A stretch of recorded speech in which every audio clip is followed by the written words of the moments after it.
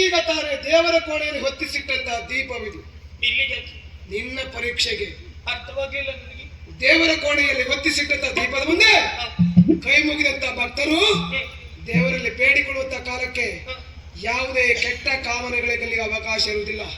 ಅಲ್ಲಿ ಕಾಣುವುದು ಶುದ್ಧ ಅಂತರಂಗದ ಭಕ್ತಿ ಪ್ರಧಾನವಾದಂತಹ ಭಾವ. ಹೇಳಿದೆಲ್ಲ ನಿನ್ನನ್ನು ಪ್ರೀತಿಸ್ತೇನೆ, ಪ್ರೇಮಿಸ್ತೇನೆ, ಮದುವೆ ಆಗ್ತೇನೆ ಅಂತ ಹೇಳು. ನಿನ್ನ ಅಂತರಂಗ ಶುದ್ಧಿಯಿಂದ ನಿನ್ನ ಮೈ ಮನಸ್ಸೆಲ್ಲ ನನ್ನದಾದಂತಹ ಪ್ರೀತಿ ಪ್ರೇಮ ಎಂಬುದು ಅಡಕವಾಗಿದ್ದು ಹೌದು ಅಂತಾದ್ರೆ ದೇವರ ಕೋಣೆಯಿಂದ ತಂದಂತಹ ದೀಪವರ ಮುಟ್ಟಿ ಹೇಳು. ವಂಶಿ, ಕಾಯಿನ ವಾಚ ಮನಸ್ಸ, ದೇಹ ಮನಸ್ಸು ಮಾತು ತ್ರಿಕರಣ ಶುದ್ಧತೆಯಿಂದ ನಾನಿನ್ನ ಆರಾಧಿಸ್ತಾ ಇದ್ದೀನಿ. ದೇವರ ಕೋಣೆಯಲ್ಲಿರುವಂತೆ ಈ ಜ್ಯೋತಿಯನ್ನು ಮುಟ್ಟಿದ್ರೆ ನಮ್ಮ ಪ್ರೇಮ ಜ್ಯೋತಿ ಬೆಳಗುತ್ತದಂತಾದ್ರೆ ನನ್ನ ಮಾತುಗಳನ್ನು ಕೇಳು ವಂಶಿ.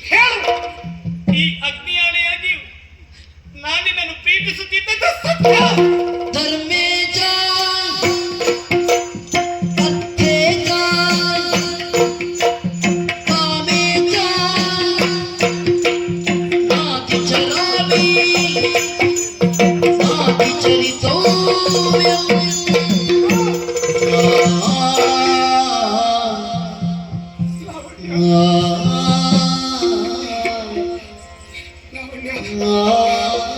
ಯಾವುದೋ ಹೆಣ್ಣಿನಿಂದ ನನಗೆ ಮೋಸ ಆಗಿದೆ ಎಂಬ ಕಾರಣಕ್ಕೆ ನಿನ್ನನ್ನು ನಾನು ಅನುಮಾನದ ಕಣ್ಣಿನಿಂದ ಕಂಡೆ.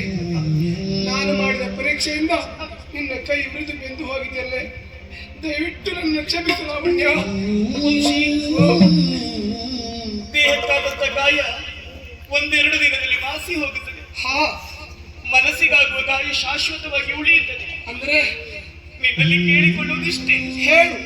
ಮುಂದೆಂದಿಗೂ ನೀ ನನ್ನ ಮನಸ್ಸನ್ನು ಘಾಸಿಗೊಳಿಸುತ್ತೇನೆ. ಸಹಿಸಿಕೊಳ್ಳುವ ಶಕ್ತಿ ನನಗಿಲ್ಲ ವಂಶಿ. ಇಲ್ಲ ಲಾವಣ್ಯ, ನಿನ್ನ ಹೃದಯಕ್ಕೆ ಎಲ್ಲಿ ನಿಂತು ನೋವಾಗಿದ್ದ ಹಾಗೆ ನೋಡಿಕೊಳ್ಳುವ ಜವಾಬ್ದಾರಿ ನನ್ನದು ವಂಶಿ.